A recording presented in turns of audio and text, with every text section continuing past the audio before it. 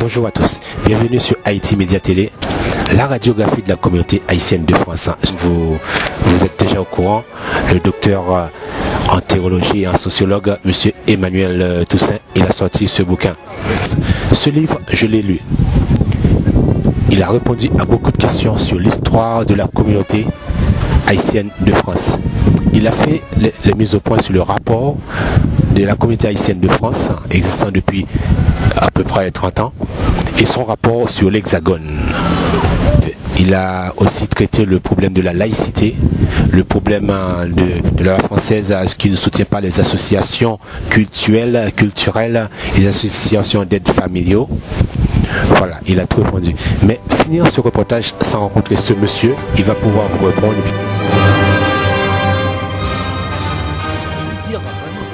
L'avenir du protestantisme haïtien en France. Mais j'avoue que l'avenir du protestantisme haïtien en France est encadré, est décrit oui. dans ce livre, oui, dans les pages 247, bien sûr, bien sûr.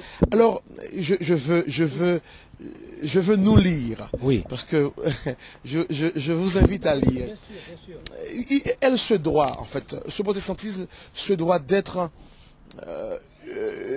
une et indivisible dans la plénitude du statut de Christ. L'Église a besoin de vivre le statut de Christ. Le Christ est unitaire. Son dernier message est un message d'unité.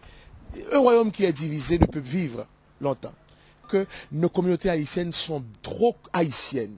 Oui, c'est bien, c'est très bien. Elles sont trop haïtiennes, elles restent donc récluses et exclues. Oui. C'est pas bon. Donc, oui. l'Église ne peut pas être haïtiano-haïtienne seulement. Bien. La vie ecclésiale deviendra, c'est une affaire sacramentelle. Là où on peut parler de la foi, tout le monde peut entendre. Tout le monde peut venir. Oui, mais pourquoi ça peut pas changer? Parce qu'on a l'impression que c'est bloqué. Oui, c'est bloqué parce que il y a le besoin de renouveler nos liturgies. Notre façon de faire, c'est en vérité nos chants qui sont vieux de combien de siècles oui. Déjà, parce que ce sont des vieux chants depuis la Réforme. Bon, c'est vrai que maintenant il y a un réveil qui s'annonce avec de nouveaux chants, mais bon, c'est un peu ça. Mais surtout nous chantons aussi en créole. Bon, oui. D'accord, mais quelqu'un qui vient, qui n'entend que le créole et qui n'est pas haïtien, comment peut-il rester dans cette communauté? J'ai dit bien, l'autre question fondamentale consiste en la volonté et en la capacité de ces églises communautaires de se tourner vers de nouvelles accessibilités. Oui, c'est important, l'avenir est là. Moi je crois que ces églises doivent s'accommoder. Oui. Ils doivent inventer en instaurant des ateliers de service portant sur des missions. Et ces missions doivent être des missions laborieuses. Vous savez, lorsque les Américains sont venus chez nous, ils ont appris à parler le créole. Bien sûr, et ils ont prêché en créole. Si nous voulons faire église en France, nous avons besoin de savoir bien le français. Et aussi donc d'évangéliser tout le monde qui parle le français. Je ne dis pas les Français seulement, mais tous ceux qui parlent le français. C'est pas un péché de faire cela comme ça. Et puis quoi d'autre? Je crois que, en dernier lieu, nous insistons sur ce fait que, et cela n'est qu'une pure vérité, il n'y aura pas d'église sans des cadres formés.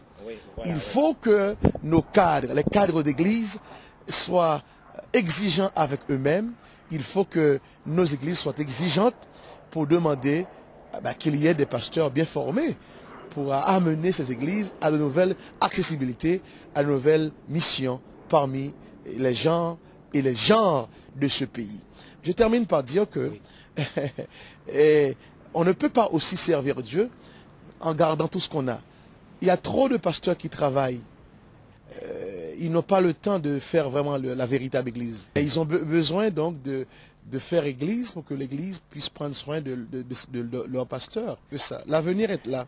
Et puis c'est doit être un avenir missionnaire. Bon, mais vous savez que la grandeur est un don de Dieu. On peut vouloir devenir grand, on ne l'est que de taille. c'est l'histoire qui peut dire que cet homme a été grande. Bon, moi, je me fais petit et pourtant on me voit grand. Mais c'est Dieu qu'il faut remercier pour cela. Non, Dieu a fait un cadeau à la communauté, ça c'est sûr. Parce que c'est pour rien que nous travaillons dans cette communauté. Et parfois c'est avec avec nous-mêmes, avec ce que nous avons, que nous travaillons. Et voilà, nous bénissons ces pasteurs qui m'aiment, franchement. Ah oui, oui. Oh oui, oui. Vous avez vu quand même, il y a près d'une soixantaine qui étaient présents à la dernière convention. Et non, c'est une grâce. Nous nous aimons et nous nous fraternisons. Nous sommes aussi à leur service. Ils nous appellent, nous sommes là. Ils ne nous appellent pas, mais nous sommes un peu loin. Nous nous écartons. Et puis bon, voilà, nous faisons la route ensemble. Mais c'est vrai aussi que nous avions fait des études sociologiques, philosophiques, et puis quoi, et même politiques. Hein. Ouais. Ce mot. Soyons interdépendants. Oui. C'est-à-dire que je sais que je ne suis pas un journaliste, mais j'ai besoin du travail du journaliste pour réaliser ce livre. Oui. Hein? Voilà. J'ai besoin de Haïti Média Télé pour pouvoir donc communiquer et pour pouvoir parler. Et Haïti Média Télé a besoin de notre sponsor, a besoin en tout cas de notre communion. C'est cela, de notre service. C'est un peu cela. Donc l'haïtien, c'est un peuple qui est qui est fait sur beaucoup de tribus. Oui, c'est à cause de ça qu'on nous avons réalisé par nos héros un pays, mais qui demeure à être bien construit.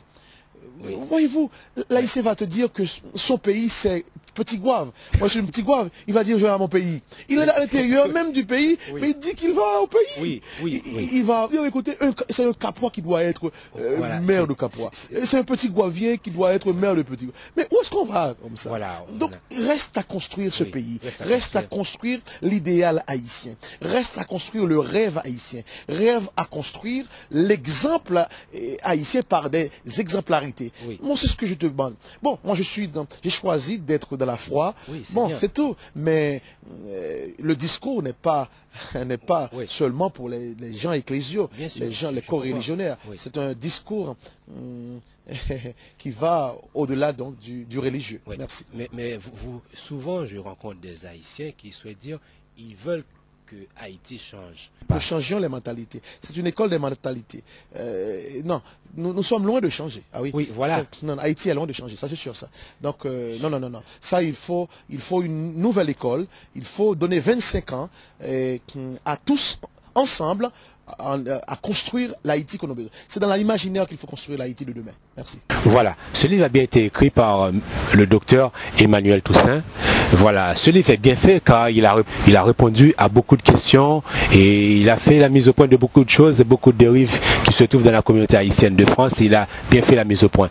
Mais solidaire, ok, voilà. Alors je vous dis bonsoir et puis restez branchés sur Haïti Média Télé. Je dis un petit coucou, j'envoie un petit coucou à vous tous qui aident Haïti Média Télé, qui soutient cette œuvre. Et surtout n'oubliez pas www.haitimédiatélé.com. Bientôt on sera sur Free TV, la seule télévision haïtienne qui diffuse depuis Paris.